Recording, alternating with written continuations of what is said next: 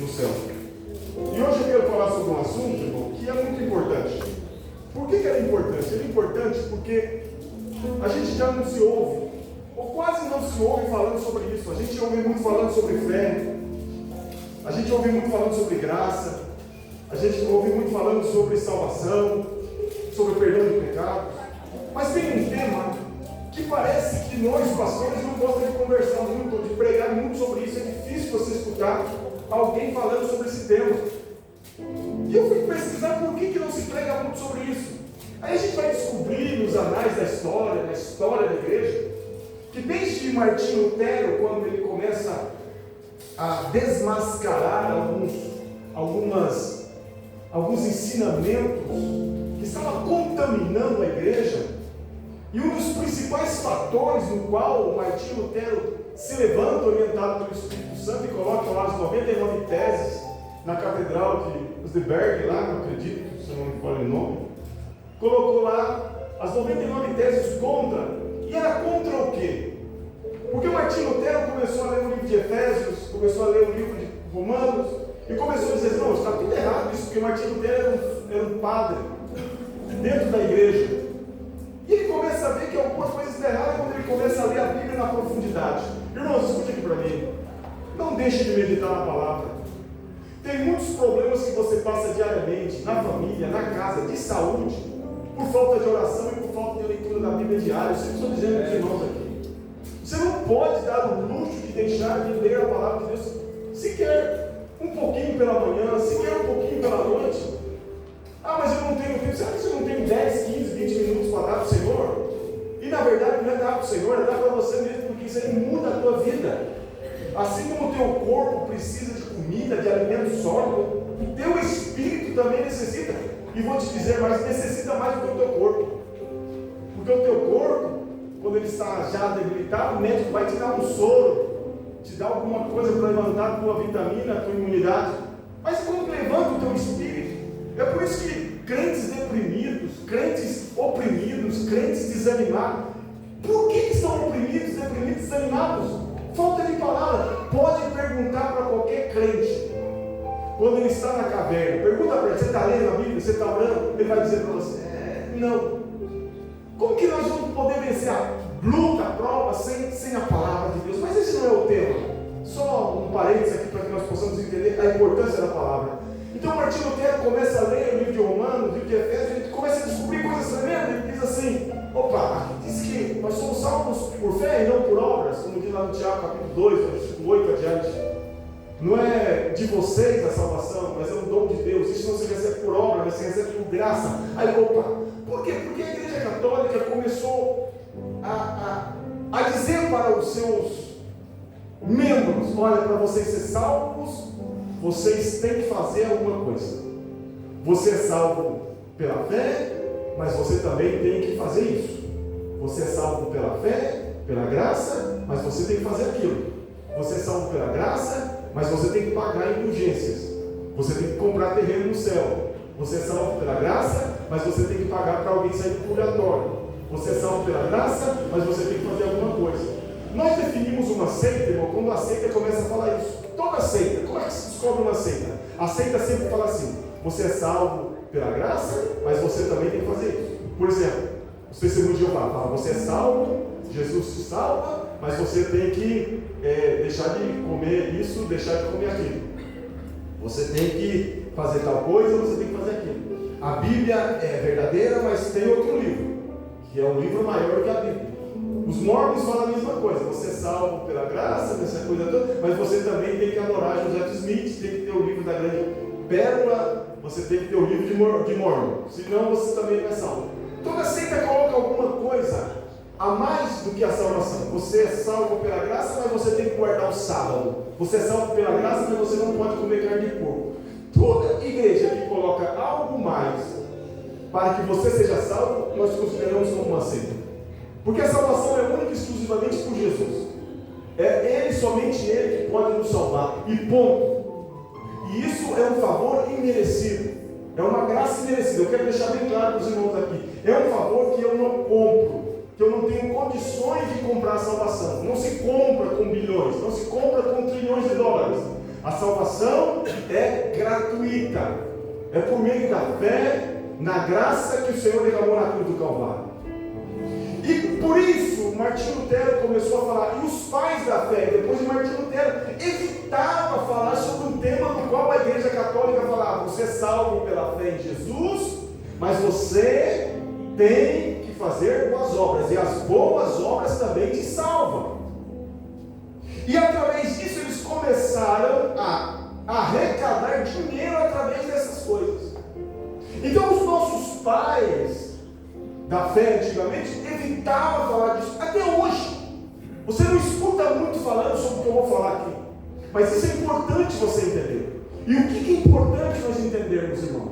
Que uma fé, e aqui se resume claramente, capítulo 2 do livro de Tiago, no versículo 26, é o resumo de todo esse versículo que foi lido aqui pelo cooperador Guedes. Diz assim: assim como o corpo, capítulo 2, versículo 26, assim como o corpo sem o espírito está morto, assim também a fé sem as obras é morta.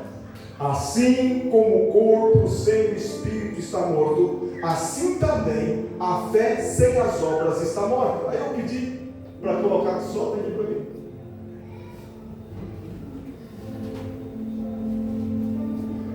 Para que exemplifique o que eu estou querendo falar aqui. A fé é a raiz da nossa vida cristã. A fé é a raiz, é o que nos sustenta, é a base. Mas as obras é o fruto. Como se conhece uma árvore? Pela folha, pela raiz, pelo tronco ou pelo fruto? Como se conhece uma árvore? Pelo fruto. Não é a raiz que a identifica. Certo?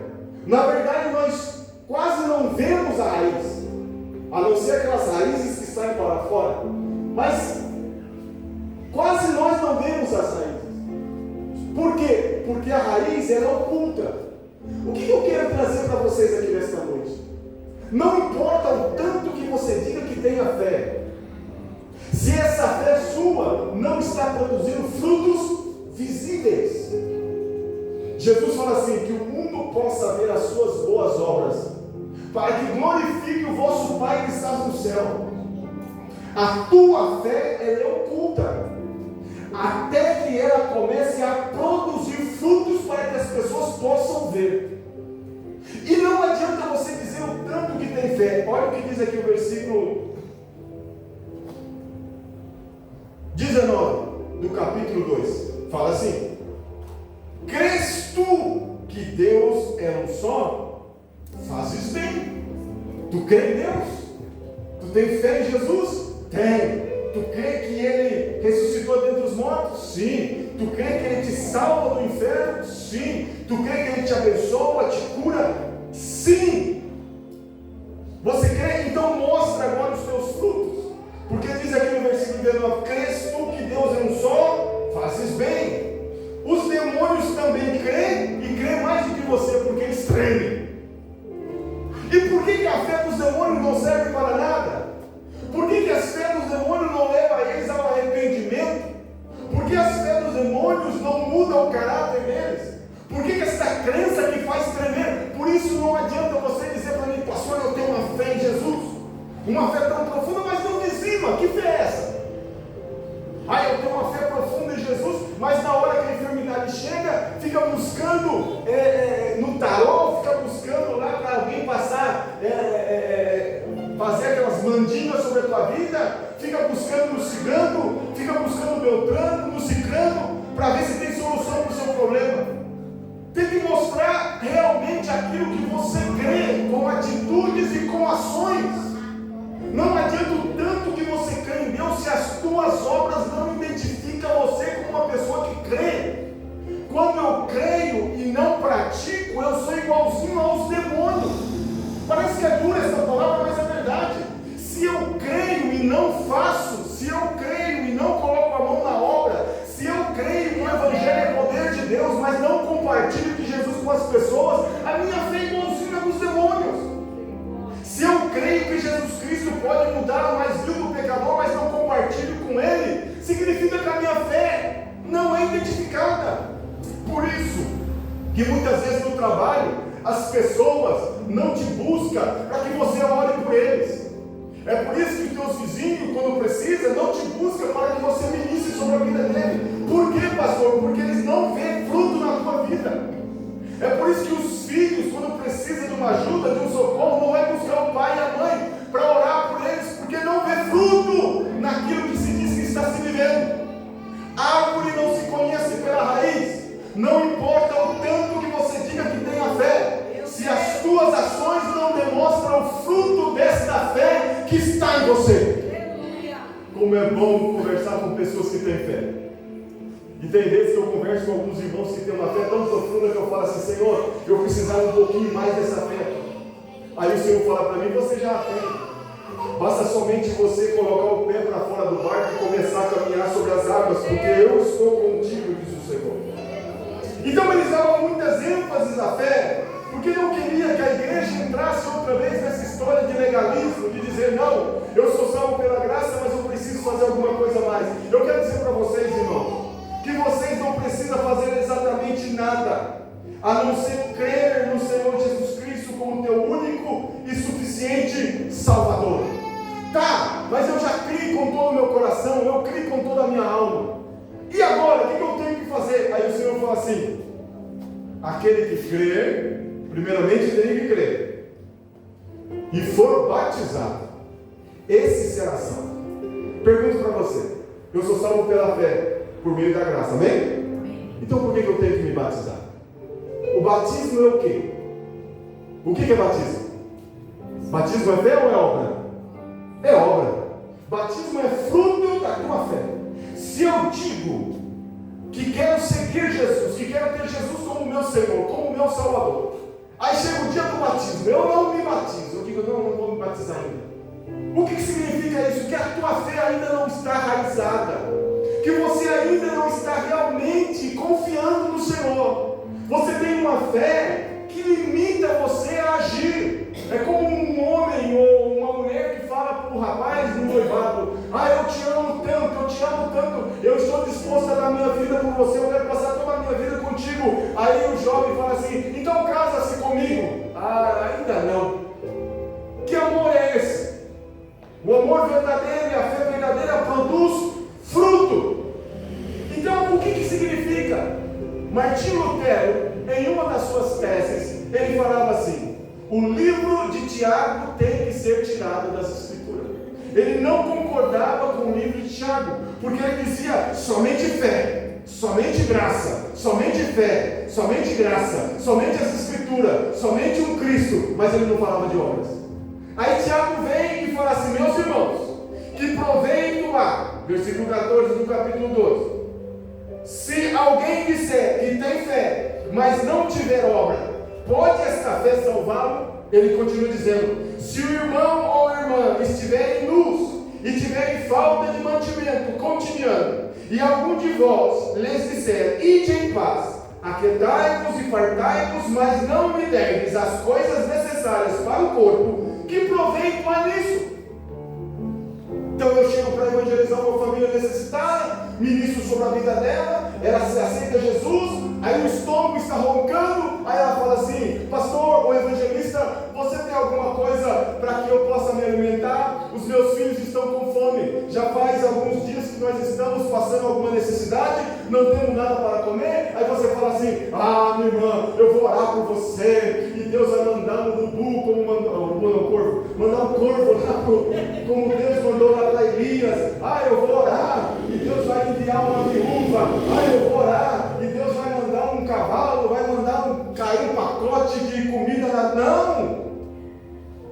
Eu chego lá, oro, a pessoa diz: amém, eu quero Jesus. Agora sabe uma coisa, faz isso, eu estou sem comer, estou desempregado, estou com um problema de saúde. Tá bom então, irmão, nós vamos estar orando para que Deus abra a porta. Negativo. Aí Tiago fala assim: não adianta a oração de fé se você não leva para matar a fome. Não adianta a tua oração se a tua oração não é transformada em agasalho que abriga aquele que está com frio. Não adianta a oração se a tua oração não se transforma em sopa quente que aquece o estômago daquele que está faminto. Não adianta a oração se o sapato que ele precisa você não ora e não dá também o sapato para que ele calce, porque lugar, mas depois dar o necessário para aquele que precisa. Não, eu estou esperando Deus mandar. Claro que Deus pode mandar. Então Deus manda você, que tem a capacidade de poder fazer. Então não adianta eu ficar aqui orando e dizendo: Senhor, manda, Senhor, faz, eu tenho que ir. Não adianta nós ficarmos aqui na igreja orando por aqueles que estão nos hospitais. Nós temos que ir. Não adianta nós ficarmos aqui orando na igreja por aqueles que estão nos asilos, ou por aqueles que estão nos orfanatos. Não adianta eu ficar aqui levantando as mãos e dizendo: Senhor, envia. Aí o Senhor está dizendo: eu já te enviei. Meu Deus. Vai lá. Quantas vezes o Espírito Santo fala conosco assim: pega isso que você tem e dá para alguém. O que a gente fala? Ah, isso é coisa da minha cabeça. Essa semana passou algo interessante. A gente estava aqui pintando a igreja. Eu, o Valentim e o Luiz Felipe. Pintamos aí por fora, pintamos as os moleques bons de trabalho, esse menino. Pegaram firme comigo, aquele solzão rachando no corpo. E os dois ali comigo no sol. E o incrível, aí eu falei aqui na igreja que sempre que eu estou aqui, passa o irmão aqui, um traz uma coisa, outro traz outra, e o Luiz Felipe falou: pastor, hoje nós vamos ver se acontece de verdade. O primeiro que vem é o nosso irmão. O irmão de seu. O primeiro irmão de seu fica me caçando. Ele passa ali na esquina, vê meu carro, já vem ele. Aí, pastor, traz um lanchinho pro senhor. E o lanchinho caprichado. Daqui a pouco, passa outro. Aí, pastor, um refrigerante. Aí, daqui a pouco, aparece o Kevin do nada também. Doido, atrasado no serviço. Eu estava comendo, o Espírito Santo falou: vamos trazer um salgado e uma coca pro senhor. Eu falei: amém, traz aqui. Daqui a pouco vem outro irmão de novo e falou: pastor, estou querendo, já paguei lá o salgado para o senhor, irmão Lécio, vai buscar. Eu falei: acabou de sair um aqui, pastor, ele trouxe para nós salgado e coca. Ele falou: então tá bom. Aí foi lá, daqui a pouco voltou com sorvete. Até o que a gente não pede está dando.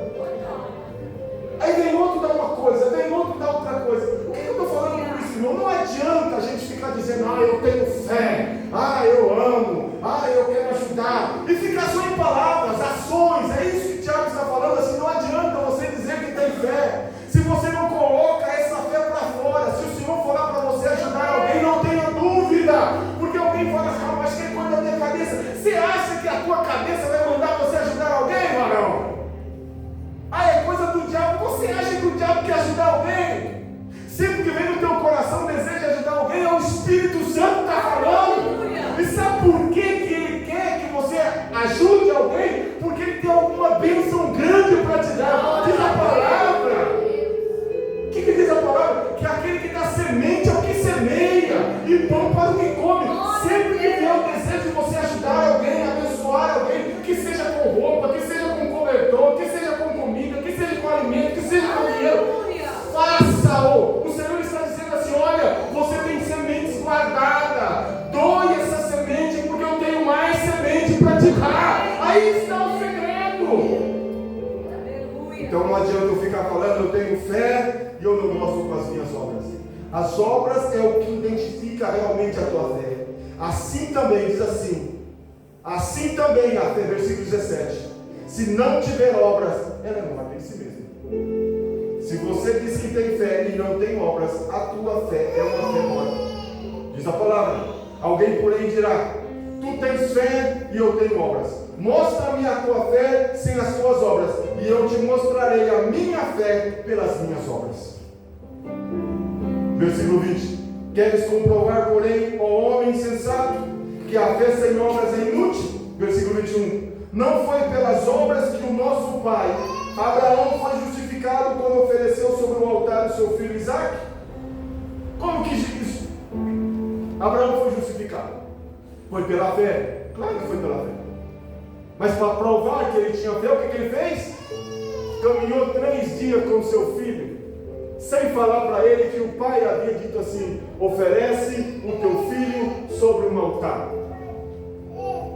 Abraão foi firme, colocou o filho sobre o altar, pegou a faca para matar, amarrou ele, colocou sobre o altar para matar, até que um anjo veio do céu, gritou e falou: Abraão, não precisa fazer isso, porque agora o Senhor tem comprovado que tu és um varão de fé. Não tem como mostrar para ninguém que você tem fé se você não mostra com os teus frutos. A tua atitude é o que faz a diferença. Aí ele continua dizendo sobre a meretriz. Diz o versículo 22: vês que a fé cooperou com as suas obras, e pelas obras a fé foi aperfeiçoada. Você lia: a fé coopera com as obras, e pelas obras a fé foi aperfeiçoada. Versículo 23: e se cumpriu-se a escritura: Abraão creu em Deus, e isso lhe foi imputado por justiça.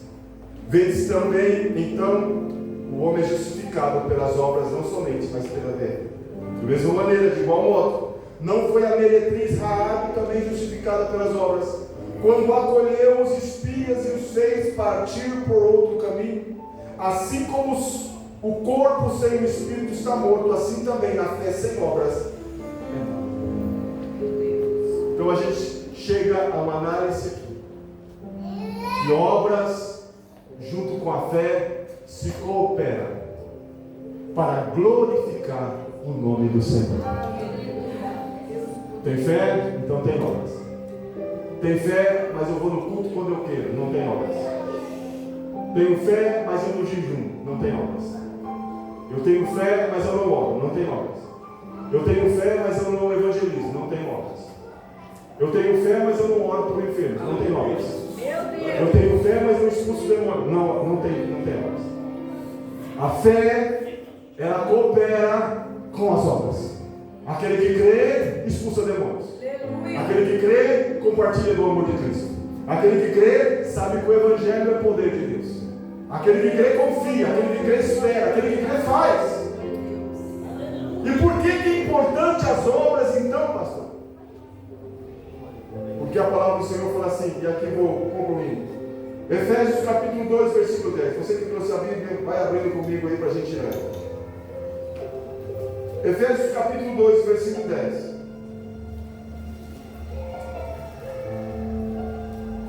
Obras são ações externas que expressam uma fé interna.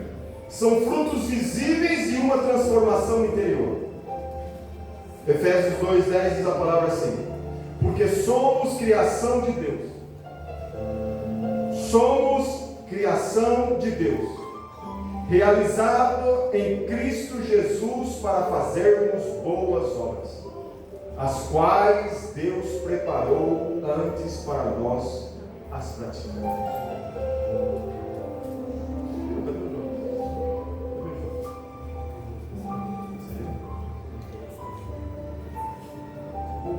Efésios capítulo 2:10 fala assim: porque somos criação de Deus, realizada em Cristo Jesus, para fazermos boas obras.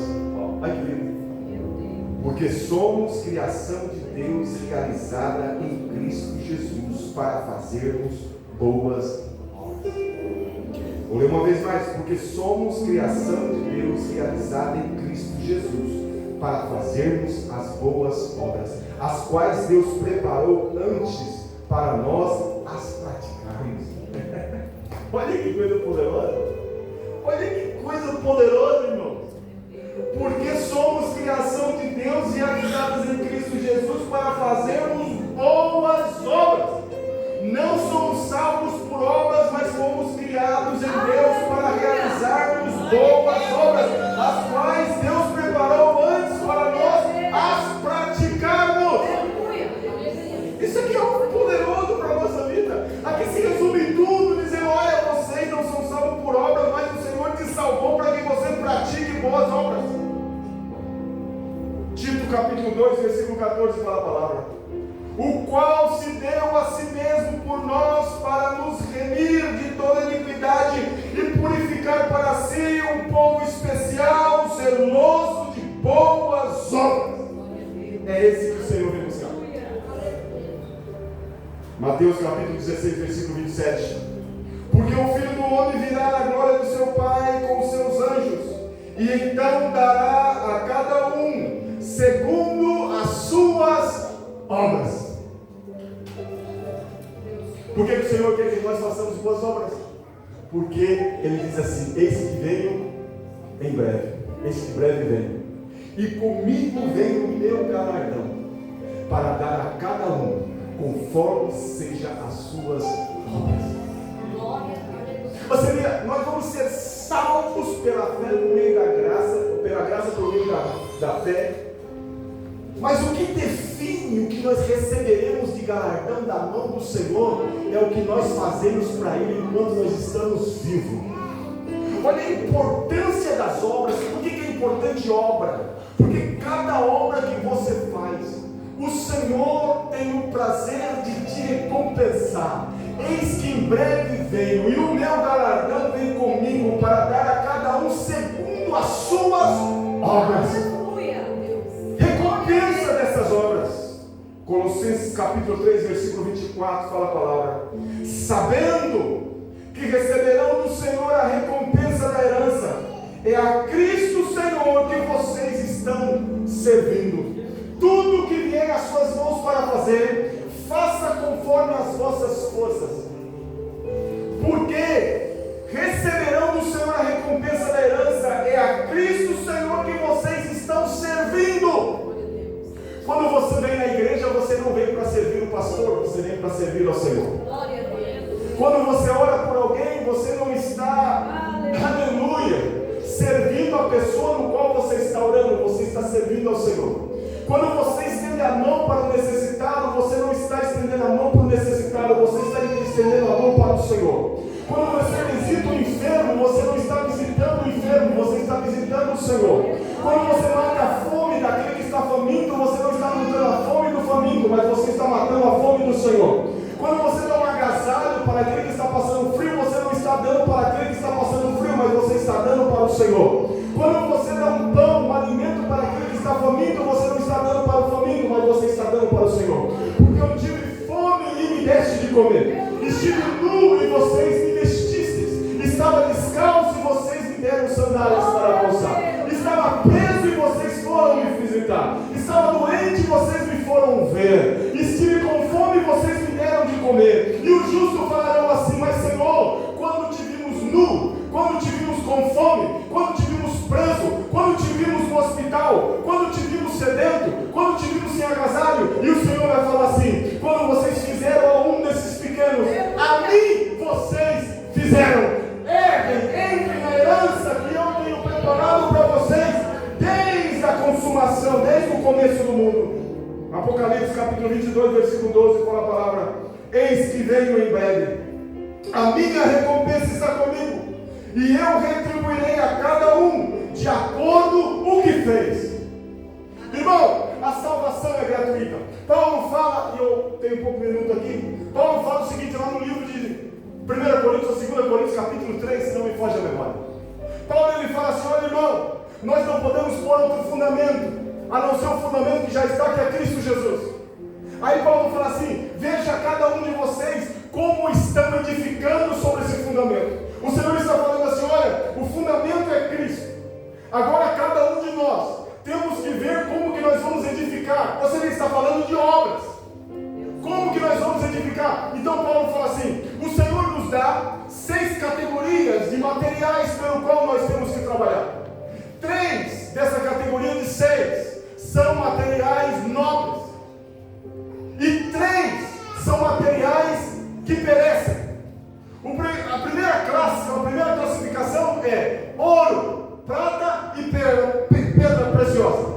Quem trabalha com ouro? Aqueles que dão melhor para Deus, aqueles que dão melhor na sua vida. Trabalhar com ouro é a glória de Deus, é dar melhor adoração, é dar o melhor que tem, é dar o melhor do seu tempo, é dar o melhor do seu talento, é dar o melhor da sua contribuição. Trabalhar com ouro é dar o perfeito, é dar aquele que é reto, é dar aquele que é justo, é dar aquele com fé, é dar ao Senhor o melhor, a melhor adoração. Davi sabia trabalhar com ouro, ele dava sempre o melhor a Deus. Prata é aqueles que gostam de ministrar sobre a vida de outras pessoas. Prata significa redenção. Prata simboliza na Bíblia, no Antigo Testamento, redenção. Quando um escravo era para ser resgatado, era com prata. Você vê que Judas vendeu Jesus por 30 moedas de prata. Depois ele quis redimir com as mesmas moedas de prata e os sacerdotes não quiseram. Quando você ama falar de Cristo, quando você gosta de compartilhar o Evangelho, quando você gosta de ministrar na vida dos outros, você está trabalhando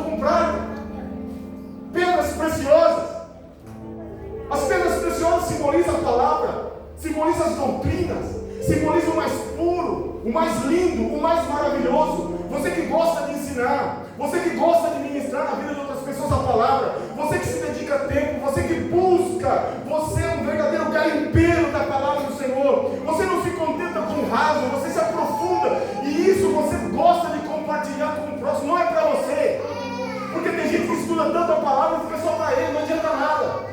Você está trabalhando com pedras preciosas. E tem a segunda categoria do grupo de 6, que são madeira, palha e feno. O que significa madeira?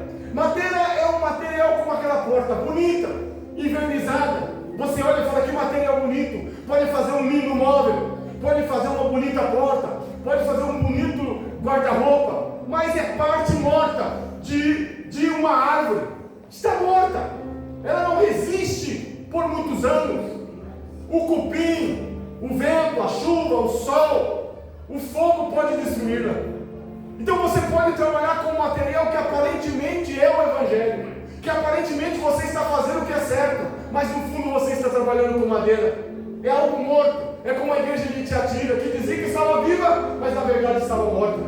Trabalhar com feno, o que é feno? Feno é a comida de animal, de cavalo, de mula, de vaca. É você trabalhar na carne. Sabe aquelas pessoas que querem fazer as coisas para Deus, mas ele gosta de uma tapinha nas costas, ele gosta de fazer as coisas para se aparecer, ele prega para se aparecer, ele ora para se aparecer, ele visita para se aparecer, o que ele faz é para se aparecer. Está trabalhando com feno, está alimentando a tua carne, alimentando o teu ego, não serve para Deus. Deus conhece essas coisas, aparentemente parece que está fazendo bem, mas no fundo o Senhor conhece. E a palha, o que é a palha? É a parte da casca de um grão. Quem já viu um arroz quando ele é batido, sacudido? Hoje já tem outros processos, mas quem já conhece a palha do arroz, quem conhece a palha do trigo, sabe que a palha do arroz e do trigo e de outros também, o grão sai, mas ela não murcha. Aparentemente parece que tem alguma coisa dentro, mas só é palha.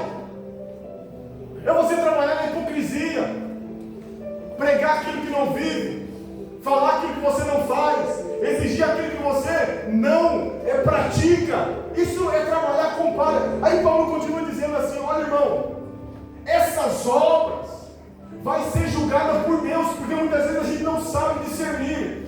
E como que Deus vai provar essas obras? Vai provar através do fogo. Fogo no ouro purifica mais, fogo na prata purifica mais. O fogo não destrói o ouro, pelo contrário, purifica. O fogo não destrói a prata, pelo contrário, a purifica mais ainda. Pedras preciosas não se desfaz com fogo, porque as pedras preciosas é feita através de fogo, ela é resistente. Então diz que o fogo vai comprovar a obra de cada um. E diz a palavra: se a obra foi feita de madeira, se foi feita de palha, se foi feita de feno, elas vão ser queimadas. Mas diz Paulo no mesmo capítulo 3: mas o qual ainda será salvo, porque nós não somos salvos pelas obras que nós praticamos, nós somos salvos pela graça na fé do nosso Senhor Jesus Cristo. Mas tem muitas pessoas, irmãos, que vão entrar no céu com uma mão na frente e outra atrás. Desculpa a expressão chula. Tem muitas pessoas que vão entrar no céu com as mãos vazias. E o interessante, irmãos, que o grande trono branco, ele não será realizado no céu, porque no céu não pode entrar tristeza. Diz Paulo que nós seremos arrebatados nos ares. Ali vai ser estabelecido não o grande trono branco, perdão, mas o tribunal de Cristo, que não tem nada a ver uma coisa com a outra. O tribunal de Cristo é para jogar os ímpios que rejeitaram a Cristo no lago de fogo. O tribunal de Cristo é para julgar as nossas obras. E o fogo vai comprovar. O fogo vai passar. E as obras que foram feitas com materiais que não são nobres serão destruídos. Mas o tal ainda será salvo. E será salvo como pelo fogo. E aí vai ser um dia de tristeza terrível para muitos de nós. Porque nós vamos olhar para Jesus e Jesus vai falar assim: olha, por que você não usou o talento que eu te dei? Por que você não usou para a minha glória aquilo que eu te dei enquanto você estava vivo na terra. Por que você não me adorou mais? Por que você não compartilhou a fé com alguém? Por que você não ministrou a vida de outras pessoas? E naquele dia nós vamos sentir uma tristeza enorme. Aí vem aquele hino que nós cantamos aqui: posso tendo as mãos vazias. Com Jesus eu me encontrar. Quantas almas poderiam ao Senhor apresentar? Como que estaremos diante de Cristo? Cristo falando: Senhor, eu tinha um galardão para você. E que galardão são esses? Aí Paulo nos ensina sobre as coroas. Vocês que amam a vida de Cristo receberão a coroa da vida. Vocês que amam a alegria em Cristo receberão a coroa de gozo. Vocês que amam lutar contra o pecado e vencer-lo receberão a coroa incorruptível. Vocês que lutam contra as suas paixões e consciências, vocês receberão a coroa da vitória. E você? O que você vai receber? O que eu e você temos feito? Nos classifica para receber uma coroa? Ou nós seremos daqueles que estaremos a um costadinho assim, de cabeça baixa, dizendo: eu poderia ter servido mais ao Senhor, eu poderia ter deixado de ser mais orgulhoso e ter sido mais humilde. Aprendemos hoje aqui, na primeira pregação da parte da tarde, quando o Senhor tomou a toalha e foi lavar os pés dos discípulos. Porque, queridos, aqui termina. O que você faz para Jesus enquanto você está vivo nesse corpo vai definir o que você vai ser no novo céu e na nova terra. Meu Deus! Você sabia que vai ter uma nova terra? Nós não vamos morar no céu. A Bíblia fala lá no livro de Apocalipse, capítulo 21, capítulo 22, João falando: eu vi um novo céu e uma nova terra. E não é nós que vamos morar com Deus, é Deus que vai vir morar conosco. Eu vi a nova Jerusalém descer do céu. E não é nós habitando com Deus, é Deus habitando entre nós. A cidade vai ter 12 portas. E essas portas vão estar abertas de noite. E as nações virão adorar o Senhor na nova Jerusalém. Significa que terá uma nova terra. Pergunto para você: o que você vai ser na nova terra? Porque o que você faz para o Senhor hoje é o que vai definir o que você vai ser lá. Quem sabe aqui na terra você não foi alguém que alcançou um certo patamar, mas dependendo do que você fazer para o Senhor aqui, você será um administrador de uma terra lá. Dependendo do que você faz para o Senhor, você vai governar em algum lugar lá. Porque tudo isso que o Senhor tem para nós, Ele diz assim: olha, eu vou restaurar o Éden perdido.